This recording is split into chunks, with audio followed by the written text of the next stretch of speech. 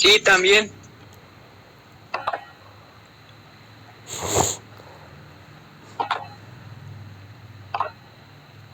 ¿Ahora está mejor?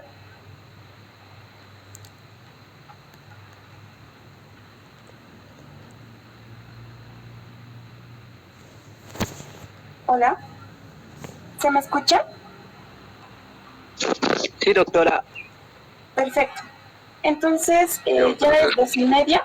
Vamos a comenzar la presentación. Buenas tardes, jóvenes. Soy la doctora María René Ramos. Algunos de ustedes ya me conocen. Entonces, vamos a dar inicio a la teórica. ¿Está bien? Bueno, vamos a comenzar con los antecedentes cardiovasculares. Esto como un inicio más o menos a la historia clínica que vamos a realizar en pacientes que tengan patología cardiovascular. Primeramente vamos a avanzar lo que es la edad. ¿Ya? En la edad vamos a ver principalmente que pacientes que tengan menor a 5 años generalmente tienen alguna enfermedad que es una cardiopatía congénita. Podemos ver alteraciones cardiovasculares de tipo congénito, como son defectos en el nacimiento del corazón, como son válvulas defectuosas, válvulas con orificios en el corazón, como se puede ver en el gráfico, ¿ya? En los pacientes menores de 5 años. También se puede ver la hipertensión arterial esencial. Eso ya de un origen genético por alguna patología obstructiva que haya causado esta alteración en la elevación de la presión arterial. Así que esto también se puede presentar en niños menores de 5 años. Ya en pacientes que sean entre adultos mayores, menores a 35 años, es raro ver una cardiopatía isquémica, ¿ya? Pero sí la podemos ver si es que este le vas a presentar un factor de riesgo, como es la aterosclerosis secundaria, una drogadicción, tabaquismo marcado. Esta puede llegar a presentarse en pacientes menores a 35 años, pero nosotros tenemos que averiguar principalmente si es que tiene alguno de estos datos, ¿ya? Una de las causas también que son causas de isquemias en los pacientes menores a 35 son las malformaciones infanto-juveniles también, ¿no? En pacientes mayores a 35 años, pacientes senilles, generalmente ya vemos un poco más de estas enfermedades cardiovasculares, como son las cardiopatías isquémicas, los infartos agudos del miocardio, ¿no? La hipertensión arterial. Esto generalmente se debe a una estrechez de la válvula aórtica. Es más frecuente en mayores de 75 años, pero ha sido una causa frecuente de reemplazo de la válvula aórtica. Esto en pacientes ya que tienen más de 75 años, pero que se ha visto muy frecuente ya. Aquí, este cuadrito nos resume algunas de las cardiopatías según la edad. Por ejemplo, pacientes que tienen cardiopatías antes de los 5 años, como el cercano, las cardiopatías congénitas, las miocarditis y las miocardiopatías. Aquí los pacientes de 5 a 12 años. Por ejemplo, tenemos que averiguar una de las causas más frecuentes de de insuficiencia mitral es la fiebre reumática, la miocarditis y las miocardiopatías, ¿no? Pacientes de 13 a 25 años podemos ver que pueden presentar síndrome de pánico y neurosis cardíaca, que son afectaciones generalmente que se dan en pacientes que son adolescentes y adultos jóvenes, ¿no? Pacientes de 26 a 40 años podemos ver con más frecuencia las valvulopatías, que son las estenosis mitral, insuficiencia mitral, cardiopatía tricuspidis, pues, en fin, son varias enfermedades que podrían presentarse. Ya en pacientes de 41 a 75 años podemos ver las patologías que son más frecuentes, que vemos casi a diario, ¿no? Que son la hipertensión arterial, una cardiopatía coronaria. Y en pacientes ya que tienen más de 75 años podemos ver la aterosclerosis generalizada, la estenosis aórtica, patologías múltiples, ¿no? No siempre tienen una enfermedad cardiovascular, sino que están acompañadas de otras patologías que también podrían llegar a descompensar el corazoncito. ¿Ya? Entre otros de los datos demográficos que tenemos en los pacientitos es el sexo. Por ejemplo, el sexo femenino tiene una mayor frecuencia de presentarse un conducto arterioso persistente, ¿ya? Una comunicación interauricular. La estenosis mitral se presenta en 4.5 veces más en relación a uno con el sexo masculino. Las valvulopatías aórticas pueden presentarse también una menor, no hay tanta diferencia, pero sí se presenta alguna diferencia en las mujeres, ¿no? Las cardiopatías coronarias más frecuentes se presentan generalmente cuando las mujeres tienen más de 55 años de edad. Esto generalmente porque tenemos un factor protector del HDL que es más elevado antes de los 55 años de edad en las mujeres. Eso es un factor protector que hace que no tengamos tantas patologías coronarias como las isquemias y todo esto antes de los 55 años. Ya posteriormente ya tenemos un mayor factor de riesgo para desarrollar. En el sexo masculino, generalmente se presentan la estenosis aórtica, la estenosis pulmonar o la coartación ítmica, ¿no? Esas son las patologías más frecuentes que presentan los varones. En el estado civil, tenemos que tomar en cuenta que a veces nosotros no nos tomamos muy en cuenta si es paciente soltero, si es casado, pero esto tiene repercusión, por ejemplo, en las patologías cardíacas. En pacientes solteros, por ejemplo, presentan un mayor desorden alimentario. Perdón. Y los horarios de descanso también son discontinuos, ¿no? En los pacientes casados según el número de hijos que tengan, presentan mayor tensión, estrés y mayor tensión económica también, ¿no? Y los pacientes que son viudos generalmente están estresados, deprimidos y puede estar afectado su sistema psicológico, ¿no? También que esto puede llegar a repercutir a nivel cardiológico. Y todos estos factores que habíamos mencionado ahora pueden ser un factor desencadenante del síndrome de hiperventilación, un factor de agravación de una cardiopatía coronaria clínica. Entonces, el estado civil también es importante nosotros realizarlo en la historia clínica y él nos puede llevar a conducir algún factor predisponente para desarrollar alguna cardiopatía valvular, ¿no? El embarazo también es importante tomarlo en cuenta.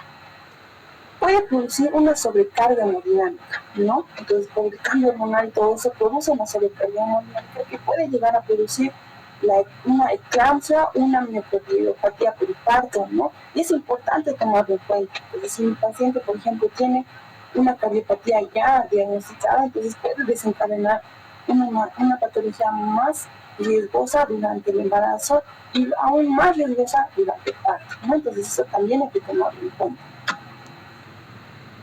En la profesión y ocupación habitual, aquí se nos puse varios ejemplitos. Por ejemplo, en los tamberos, obreros del frigorífico, carniceros, personas que tienen manipulación con la carne, por ejemplo, pueden llegar a desarrollar una endocarditis infecciosa, ¿ya? Una miocarditis. Y hay que investigarse también alguna infección por Brucella, erisipela insidiosa, Coxiella burnetii o alguna infección por espinales pilares, porque esas pueden llegar a comprometer, como se había mencionado, estas patologías como la miocarditis, ¿no? Pacientes que tengan una ocupación como el comercio o tenencia de pájaros, loros, papagayos. En sí, no tanto en este país, tal vez en la Plaza Murillo, se ha visto que hay personas que crían palomas, ¿no? O que tal vez las palomas están en las casas, entonces esto tiene un factor predisponente también para desarrollar una cardiopatía posterior, ¿no? Podemos darnos cuenta, por ejemplo, como menciona aquí, con un cuadro febril prolongado, y eso puede llegar a provocar una neumonitis bilateral, ¿ya? Estas enfermedades por las palomas también llegan a repercutir a nivel pulmonar, que a la larga pueden llegar a repercutir a nivel del corazón, ¿ya? Entonces hay gérmenes que generalmente pueden provocar esto son la clamidia pityasi, la clamidia pneumonia, y puede producir un proceso inflamatorio de las plapas ateromatosas y posteriormente isquemia miocárdica, ¿ya? Entonces esto puede llegar a producir una mayor inflamación y puede llegar a provocar un infarto agudo de miocardio posteriormente. Entonces hay que tener cuidado con esto, ¿no? Los mineros, esa es una de las, en nuestro medio, es una de las ocupaciones pues, que más hemos visto que pueden llegar a provocar patologías generalmente respiratorias, pero como habíamos dicho, una enfermedad pulmonar puede llegar a la larga provocar una enfermedad cardiológica, entonces eso hay que tenerlo muy en cuenta, ¿ya? Por ejemplo, tenemos lo que son las neumoconiosis.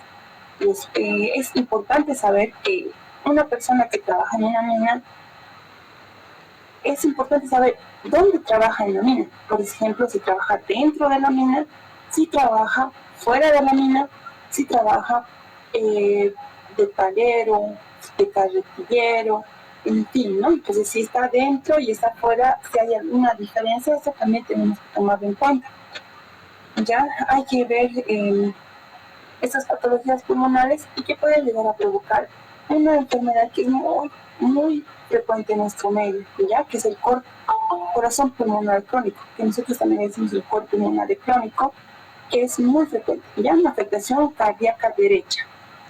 Entonces, las personas con ocupación como directores de empresa, médicos, abogados, sobre todo si tienen un tipo de personalidad que Friedman y Roseman, que son pacientes que son demandantes, ¿no? Que son líderes y que tienen un constante estrés, pueden llegar a una mayor incidencia y gravedad de una cardiopatía coronaria, ¿no? Entonces, por este constante estrés puede llegar a provocar esa inflamación y posteriormente presentar una cardiopatía coronaria.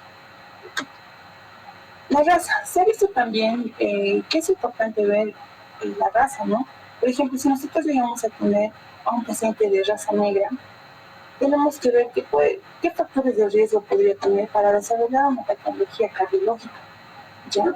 Por ejemplo, un paciente que presente anemia por células calciformes, que generalmente pueden causar una hipertensión pulmonar, las miocardiopatías de tipo restrictivo, que pueden provocar alteraciones en la repolarización ventricular en el electrocardiograma, con ondas T negativas, ahí no podemos ver y puede posteriormente ser un infarto.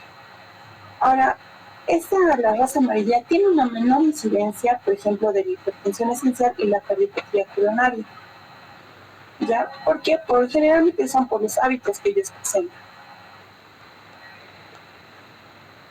El lugar de origen y residencia también es importante en patologías cardiovasculares. Tenemos, por ejemplo, una zona endémica en Chagas, la cardiopatía chagásica, que es la que se puede presentar por el Cliotoma infesia, que es la vinchuca, que generalmente están parasitadas por el Trypanosoma cruzi, y este puede llevar a producir esta enfermedad, ¿no? La cardiopatía chagásica. Es por eso que nosotros muchas veces preguntamos a los pacientes de dónde es, dónde ha nacido, porque si él tiene un antecedente de haber vivido y conoce las vinchucas, entonces puede llegar a presentar esta cardiopatía, ¿no? Puede producir la cardiopatía congestiva, trastorno de la formación y conmoción de la actividad eléctrica, ¿no? Esto para que lo tengan en cuenta. Ahora, ¿qué tal si mi paciente vive, por ejemplo, a alturas mayores a 3.000 metros sobre el nivel del mar, ¿no?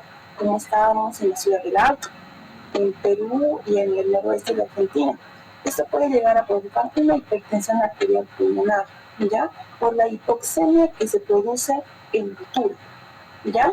Como dice aquí, se produce una disminución del tenor de oxígeno y puede producir una reactividad pulmonar exagerada, que también se conoce como la enfermedad de Monk, ¿no? Una hipoxemia exagerada que puede llegar a provocar esto, ¿ya? Ahora, también tenemos, por ejemplo, zonas en las cuales estén parasitadas, donde viva, por ejemplo, el ancilostoma duonario, el mecato. Son parásitos regionales, ¿no? Generalmente lo tenemos en la zona oriental. Entonces, estos pueden llegar a provocar a nivel cardiológico una endomiofibrosis, una elastosis subendocárdica con eosinofil, ¿ya? Ahora, también si nosotros, por ejemplo, vemos en un paciente que tenga un derrame pericárdico, esto sobre todo en las radiografías podemos llegar a verlo, o una sobrecarga subheumática, generalmente es secundaria a tuberculosis en nuestro medio. Es una de las patologías más importantes que produce el derrame pericárdico. Este paciente probablemente necesitará un drenaje y una biopsia cardiológica para poder diagnosticar la tuberculosis, ¿no? Ahora, tenemos que tener en cuenta también los antecedentes personales del paciente, ¿no? Por ejemplo, en una paciente embarazada, si esta paciente ha tenido infecciones en el primer trimestre del embarazo, este generalmente es secundaria a una infección por ejemplo de rubiola o con una infección por los virus del Coxsackie o la fiebre urbiana. Puede provocar anomalías, ¿ya? Con infección subclínica o un exantema con microcefalia, y a nivel cardiológico, un conducto arterioso con hipertensión pulmonar y una estrechez supravalvular de la pulmonar.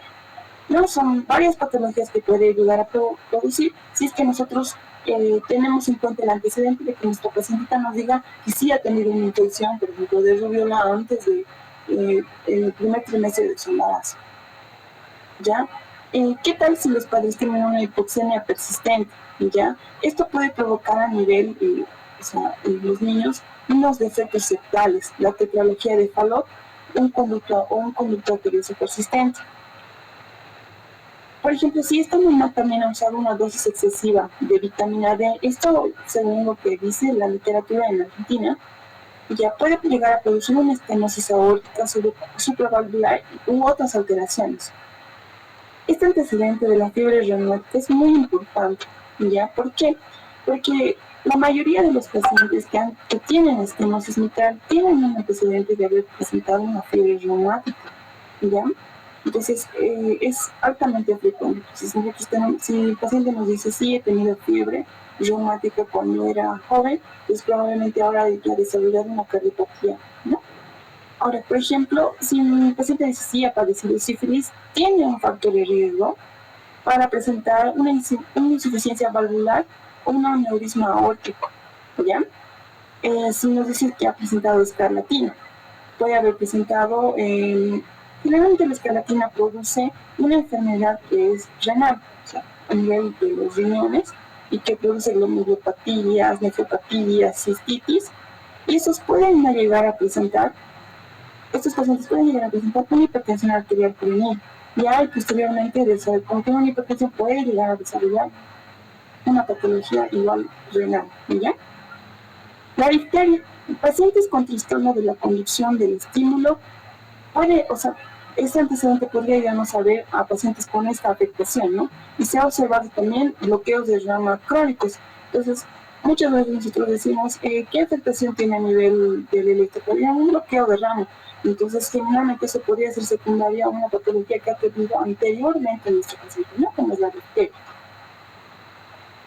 En los antecedentes personales también tenemos que tomar en cuenta el síndrome de Raynaud, que generalmente se dan las colagenopatías, como la artritis reumatoidea, el lupus eritematoso sistémico. Estos pacientes llegan a desarrollar una hipertensión pulmonar, ¿ya? Una miocardioperiocarditis, una insuficiencia mitral o una insuficiencia aórtica, ¿no? Entonces hay que tener también en cuenta las enfermedades con colagenopatías que pueden llegar a producir cardiopatías pulmonares y severas. Incluso no todas las patologías que son, por ejemplo, como la tuberculosis, afectaciones eléctricas, neumoconiosis, pueden llegar solamente ellas a producir una hipertensión pulmonar. También hay que sospechar de patologías que son las colagenopatías, ¿ya?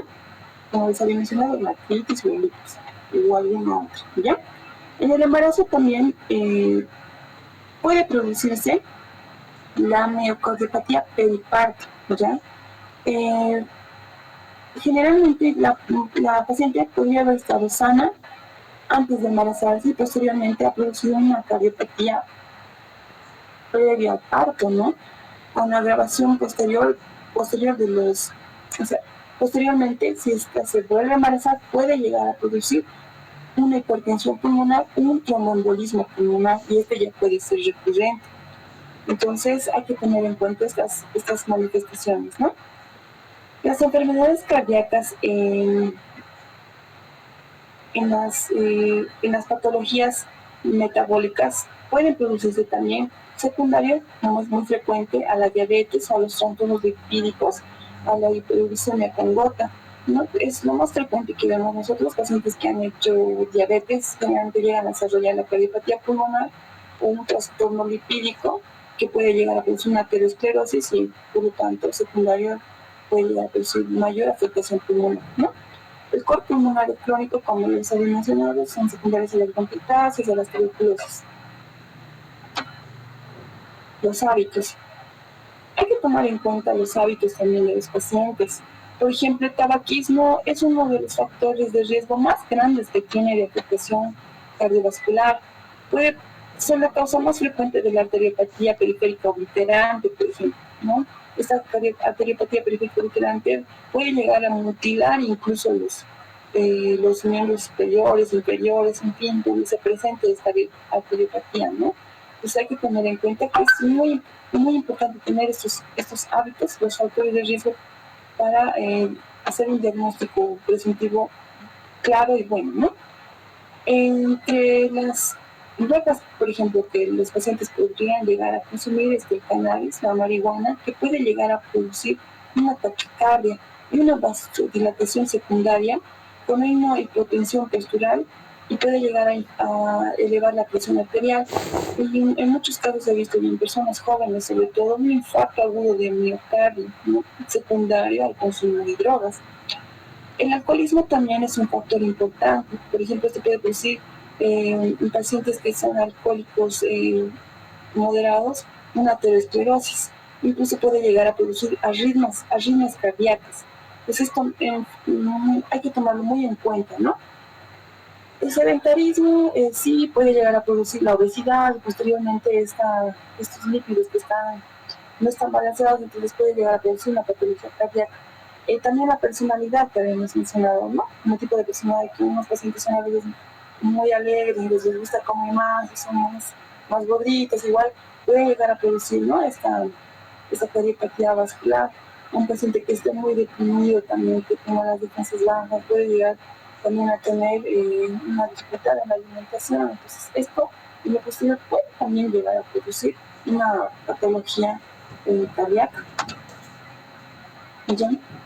Este cuadrito lo he sacado de su libro, no se ve un poquito, disculpen.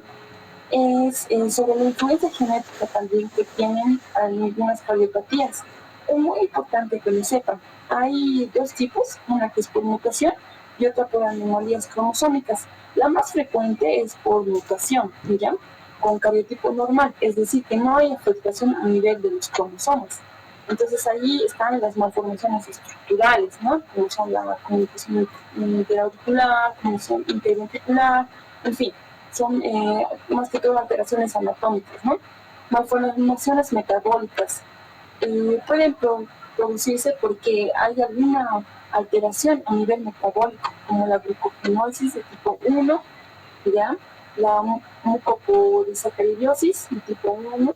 Entonces, son afectaciones a nivel metabólico, de causa hormonal, que puede llegar a afectar también. Otras son las abiotrofias, como es el síndrome de Marfan, es una de las patologías afectación a nivel del colágeno, que hace también que afecte el corazón, llega a formar un corazón engorda, en fin, ¿no? Esas son varias patologías que podríamos mencionar, como se ve aquí en el cuadrito, no vamos a repetir todas. Las cromosómicas, ¿no?, una de las más frecuentes, la cromosoma del par 21, generalmente estos pacientes son cardiópatas, ¿no? Entonces hay que tenerlo en cuenta. Leanlo, por favor, son muy importantes que vean qué pacientes podrían tener alguna patología cardíaca, que son bastantes, ¿no? Posteriormente tenemos, ya vamos a pasar un poco a lo que es el examen físico, ya tenemos los antecedentes de nuestro pacientito, tenemos algunos datos que nos podrían decir que podría estar desarrollando alguna cardiopatía en nuestro pacientito. Entonces lo que vamos a ver ahora es el examen físico del aparato cardiovascular. Hay que tomar en cuenta que el aparato cardiovascular es muy rico en signos y síntomas, ¿verdad? Entonces, nosotros tan solo viendo al paciente podríamos determinar también si este y este ya tuviera una patología cardiovascular, ¿no? Por ejemplo, y habíamos mencionado ya en el anterior teórica, si un paciente presenta esta posición que se puede ver en el gráfico, que está abrazando una almohada, por ejemplo, ¿ya?, o adopta una posición de semisentado, sentado de forma obligatoria, es la ortopía, ¿no? Que este paciente no puede respirar cuando está en decúbito dorsal. Podemos diferenciar la disnea cardiológica, de la disnea respiratoria. Generalmente, en los pacientes con disnea respiratoria, estos pacientes pueden incluso mejorar su respiración si están hinchados, pero en la disnea de tipo cardiológico, generalmente estos pacientitos no toleran el decúbito dorsal, o en algunas, como medicina, nunca 1+1=2, pueden ser varios resultados. En algunos pacientes pueden llegar a tolerar también, pero por formas lamentables. Entonces, posiblemente puede volver a adoptar esta posición, ¿no? Y tomar lo que hemos mencionado. Ahora podemos ver, por ejemplo, cuando está haciendo este pacientito la plegaria maometana, ¿no? Que está aquí en la esquinita. Pacientes, por ejemplo, generalmente que están con un derrame pericárdico, ya que tienen tanta insuficiencia respiratoria que no les permite respirar en otra posición. El hábito, ya hemos mencionado igual en la anterior teórica, el hábito de los pacientes, ¿no? Por ejemplo, en un paciente que sea brevilíneo, ya empezaremos por el brevilíneo, aquí que son los más frecuentes, ¿no? En los pacientes brevilíneos, que se presenta la hipertensión arterial, la diabetes mellitus, son pacientes que tienen hiperlipodistrofia, pueden presentar hiperuricemia con gota, una cardiopatía, un accidente cerebrovascular. Entonces, estos pacientes generalmente tienen un hábito, un tipo de tórax, por decirlo así, más ancho, ¿no? Más ensanchado, que tienen un hábito brevilíneo, o endomorfo, como se llama en el gráfico. Pues estos son los que generalmente presentan este tipo de enfermedades que pueden producir hiperipatía. El tipo de hábito longilíneo, por ejemplo, puede llegar a producir una hipotensión arterial, una taquicardia paroxística supraventricular, una neurosis cardíaca. Entonces, este tipo, ¿no?, que hemos mencionado son un tipo de tórax más alargado, ¿ya? Entonces pueden llegar a producir esas afectaciones a nivel cardiológico. Solo viendo su tórax, nosotros podríamos ver que podría llegar a tener alguna de estas afectaciones. Y el normalillo, que generalmente es un paciente que es normal, ¿no? Que tiene, está conservado. En cuanto al peso, como habíamos mencionado, los pacientes generalmente que son obesos pueden llegar a presentar las peripatías valvular, la peripatía valvular, ¿no? Si un paciente es obeso, esto puede llegar a producir un aumento del trabajo cardíaco. Estos pacientes habitualmente tienen somnolencia, cianosis central, hipertensión pulmonar por sobrecarga de cavidades derechas, ¿ya? Entonces, esta obesidad puede llegar a producir más afectación. El síndrome de Pickwick, este es un síndrome que es bastante común, ¿no? Un síndrome de hipoventilación alveolar. Solamente por la forma de estructuras, esto puede llegar a ser en el paciente. Que eso ayude a que tenga que, el corazoncito tenga que esforzarse aún más, entonces haya un mayor trabajo cardíaco, ¿no?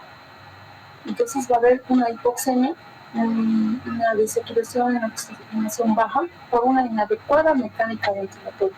¿Por qué? Porque el tórax está restringido prácticamente para poder respirar de forma adecuada. No hay una buena ventilación. El edema. Habitualmente cuando ya este paciente, por ejemplo, es obeso y presenta edema, muchas veces si tuviera más de 5 litros de líquido sobre excedente en su organismo, recién se notaría mayor a los 5 litros, ¿ya?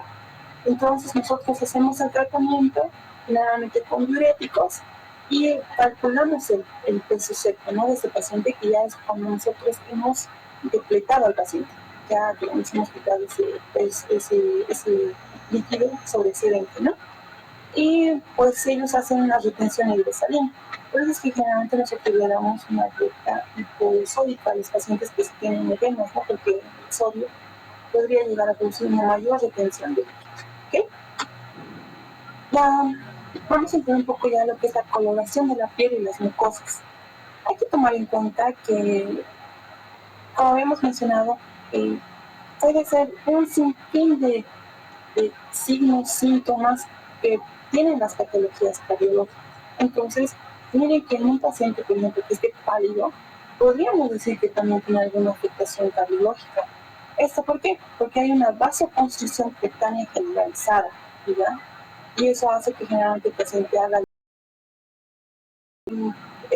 Una de las enfermedades más comunes en las que se presenta esta palidez es en las valvulopatías aórticas generalizadas, también en la insuficiencia mitral aguda, y como habíamos mencionado, una fase inicial de cualquier hipotimia 5. Entonces, antes de desmayarse, por ejemplo, un pacientito se ha vuelto pálido y se desmaya, entonces eso es lo que pasa, ¿no? Se vuelve pálido y quiere decir que hay alguna afectación cardiológica. Entonces, nosotros si tenemos un paciente que ha tenido un desmayo, una pérdida de la conciencia momentánea, tendríamos que sospechar de alguna patología cardiológica, sobre todo si es un paciente joven, ¿ya? Entonces, ahora tenemos la coloración de piel en el tipo de la cianosis. Esto tiene mayor correlación, ¿no?, con a nivel respiratorio, cardiopulmonar, entonces podemos sospechar con mayor razón de alguna afectación a nivel cardiológico. Aquí, por ejemplo, tenemos la cianosis, que se produce cuando hay un aumento de la hemoglobina reducida mayor a 5 gramos por decilitro, ¿no? Ahí es cuando ya vamos a ver esta cianosis. Generalmente se presenta en pacientes que tienen eritrocitosis o alguna cardiopatía congénita. O tenemos también a los pacientes con ictericia, ¿ya? Nosotros si vemos un paciente con ictericia, no solo tenemos que pensar en una patología gastrointestinal, una afectación hepática simple. Entonces tenemos que pensar también que este paciente podría llegar a tener una cardiopatía, ¿ya? Hay que tomar en cuenta que esta ictericia es muy frecuente en los pacientes cardiópatas. Y esto generalmente se produce con una valvulopatía cuspidia o una cirrosis cardíaca. Pero tomen muy en cuenta que esto también produce una congestión a nivel hepático. Y por eso se produce un síndrome obstructivo, que eso hace que haya una obstrucción y se produzca un aumento de la bilirrubina, ¿no? Porque ya han debido llevar anteriormente, cuando se ya podemos ver la ictericia, por ejemplo, a nivel escleral, es uno de los órganos principales donde se manifiesta, es mayor a 1.5 a 2, ¿no?, de bilirrubina. El edema y la fiebre. El edema ya lo habíamos llevado anteriormente también. El edema se puede presentar a nivel cardiológico casi siempre a nivel de los miembros inferiores, ¿ya? Hay un aumento de volumen, es retromolecular y puede mejorar en la madrugada. ¿Por qué? Porque el paciente eleva los pies, entonces hay un mejor retorno venoso y puede haber una reducción en las madrugadas, ¿no? Eso se diferencia de los demás edemas que pueden ser de origen renal, por ejemplo, o de origen proteinémico, ¿no? Entonces hay que tener en cuenta el edema cardiológico, que se puede ser así, ¿no? Y después ya los signos de la fobia, ¿no? La fiebre, pues podríamos pensar en un paciente que tiene, por ejemplo, una fiebre mayor a 15 días, una fiebre tipo reumática, ¿no? Podríamos pensar, y esto nos podría conocer una patología cardiológica. Si son signos que pueden llevar a manifestarse, ¿no?, con una patología cardiovascular. A nivel de cabeza y cuello, son varios los signos que podemos ver, pero uno de los más, algunos de los más importantes son, por ejemplo, el signo de Muset, ¿ya?, que es el movimiento de la cabeza que corresponde con los latidos, ¿ya? Latidos. Entonces va a haber un movimiento de la cabeza, que se va a hacer el signo de Muset, ¿ya?, que son, que se correlacionan con los latidos, ¿okay? El signo de masa. Este signo de masa es un aumento de volumen, por ejemplo, en de los párpados, que es bilateral, así se coneja como un globito, ¿ya? Entonces, podemos ver también si este se manifiesta con un aumento de volumen de los ganglios preauriculares, este podría producirse con un signo de Romagne también, y que esto nos podría decir que hay una cardiopatía, ¿no? Entonces hay que tomar en cuenta también estos signos. A nivel del cuello, esto lo hemos llevado anteriormente, pero uno de los signos más importantes que podemos ver a nivel de cuello es la ingurgitación auricular, ¿ya? Donde podemos ver que hay una distensión de los vasos a nivel del cuello. También lo van a llevar posteriormente en el pulso arterial, presión arterial. ¿Cómo se manifiestan estas o algunas alteraciones más que podemos ver a nivel del cuello? Pero por ahora vamos a ver algunos signos que son los más generales, porque posiblemente nos van a desarrollar de forma más detallada, ¿no?, de forma que son un poco más complejos para explicar, ¿okay? En las extremidades. En las extremidades tenemos que tomar en cuenta, hay varias afectaciones que nos podrían dar algún indicio de una afectación, por ejemplo, valvular, ¿ya? Aquí tengo uno de los más importantes, que es en el cambio de tamaño, ¿ya? Generalmente nosotros podemos verlo, y uno de los principales que ustedes deben sospechar, un aumento de volumen unilateral, por ejemplo, como se ve en la imagen, es la trombosis venosa profunda, ¿ya? es importante que lo vean. Hay muchos diagnósticos diferenciales, ya como la linfadenopatía, la linfangiasis o incluso la celulitis erisipela. Pero este más que todo tiene una afectación que hay un aumento de volumen con edema y hay dolor que puede presentar con un homozuolo positivo, ¿ya? Que son signos igual que lo van a llevar posteriormente y desarrollarlo con mayor detalle. ¿Ok? Se les puede adaptar una puntuación de Wells para la trombosis venosa profunda. Nosotros con estos datos podemos hacer un diagnóstico, ¿ya? No un diagnóstico, sino como una escala que nos puede dar un indicio del diagnóstico que es más probable la trombosis venosa profunda. Por ejemplo, unos parámetros que podemos tomar es el cáncer activo. ¿Quiénes presentan generalmente esta trombosis profunda? Son pacientes que son oncológicos, ¿ya? Porque hay una afectación a nivel vascular, ya por la remodelación que se produce a nivel de cualquier tumor, de cualquier lugar del cuerpo, ¿ya? Un cáncer activo, por ejemplo. Entonces nos da un punto de 1. Si este pacientito ha tenido parálisis o inmovilización del miembro inferior, ¿ya? Si es que no se ha movido el pacientito, no puede mover el pie, ¿ya? Entonces le damos una puntuación de 1. Si este pacientito presenta un reposo en cama mayor a 3 días o alguna cirugía mayor en el último mes, eso también podría dar un indicio de algún factor coagulante que haga que haya, que pueda producir la trombosis profunda, ¿no? Dolor en el trayecto del miembro inferior afectado, ¿no? O sea, de las venas profundas, si hay un dolor, entonces esto también puede llegar a producir, bueno, es uno de los signos que nos podrían llevar al diagnóstico, ¿no? Edema en toda la extremidad. Entonces, como ustedes pueden ver en la imagen, sí se ve un edema, ¿no? Que está en incremento de volumen. Generalmente hemos visto en muchos casos que no siempre se cumple a nivel de toda la extremidad, ¿no? Muchas veces está a nivel solamente de la pierna, ¿ya? Entonces eso también tomarlo en cuenta. A nivel de la pantorrilla, con aumento de 3 centímetros de la extremidad afectada. Es decir, si es que nosotros hacemos una comparación, tiene que haber una diferencia de 3 centímetros con el otro miembro inferior para nosotros tomar el diagnóstico, ¿ya? También hay edema con fobia, como ya había mencionado, la circulación venosa colateral superficial, es decir, que esas telangiectasias, esas arañitas, hay de circulación venosa superficial, podemos ver eso también. Entonces vamos a tener una puntuación, ¿ya? Si es mayor a 3 puntos, el riesgo es de alto riesgo. Entonces nosotros tenemos un diagnóstico de una trombosis venosa profunda según la escala de Wells de alto riesgo, mayor a 85%. Si tengo una puntuación de 1 a 2 puntos, el riesgo es moderado. Entonces tengo un diagnóstico de trombosis venosa profunda de riesgo moderado según la escala de Wells, ¿no? Entonces, si tengo una puntuación de 0 puntos, mi paciente tiene, digamos, aumentado el volumen, tiene un riesgo bajo de 5 puntos, probablemente tenga otro diagnóstico, ¿ya? Entonces, esta puntuación de Wells es muy importante para ustedes, para hacer su diagnóstico. También pueden bajar hay aplicaciones para poder realizar de forma más rápida el cálculo de esta. Entonces, ustedes pueden hacer un diagnóstico más acertado, más y mejor para el diagnóstico del paciente y es un mejor tratamiento también, ¿no?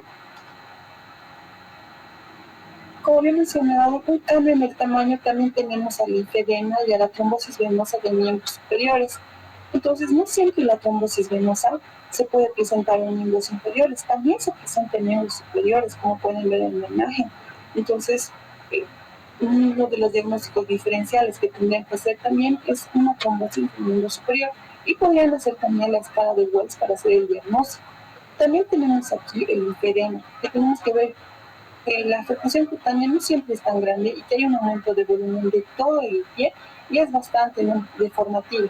Entonces este linfedema realmente es como una obstrucción a nivel del sistema linfático, que hay una obstrucción y entonces hay un aumento de volumen.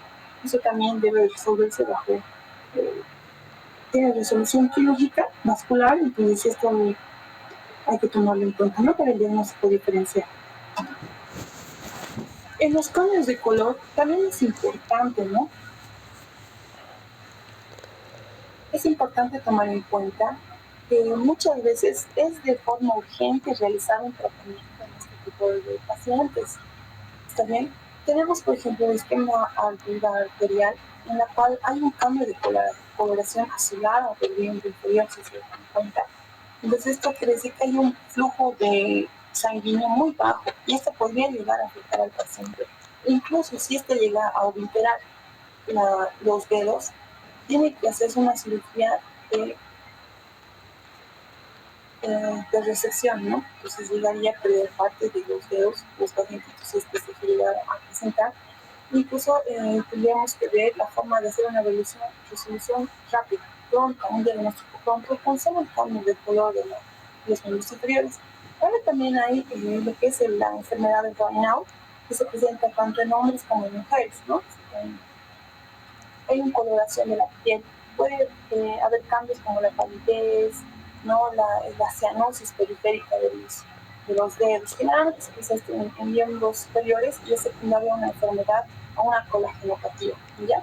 El síndrome del dedo azul, esta no es una buena imagen para representar, ¿no? Pero si ustedes la ven, se ha presentado en miembro inferior, es un caso muy raro. Generalmente se presenta en pacientes que en el miembro inferior, ¿no? En el miembro inferior de los pacientes. Entonces es igual que una resolución clínica con ablación del miembro, ¿no? Entonces hay que tener cuidado mucho con estas patologías que son vasculares y son muy complejas, de bastante cuidado y riesgo. También tenemos los trastornos tróficos. Según su librito de la gente Álvarez, hay muchas patologías que podemos ver, pero una de las más frecuentes, y una que sí voy a hacer una pregunta de examen, es los trastornos tróficos, como son la úlcera varicosa. Esta imagen que ustedes ven es muy frecuente, bastante frecuente. La piel se vuelve acartonada, es más delgada, como pergamino, y esta empieza a afectar porque no hay un buen riego sanguíneo. Entonces esta empieza eh, a deteriorarse, a ver como ustedes lo ven, ¿no? Que generalmente se presenta en la pantorrilla, ¿ya? Y muchos pacientes de ellos presentan. Su resolución generalmente son curaciones.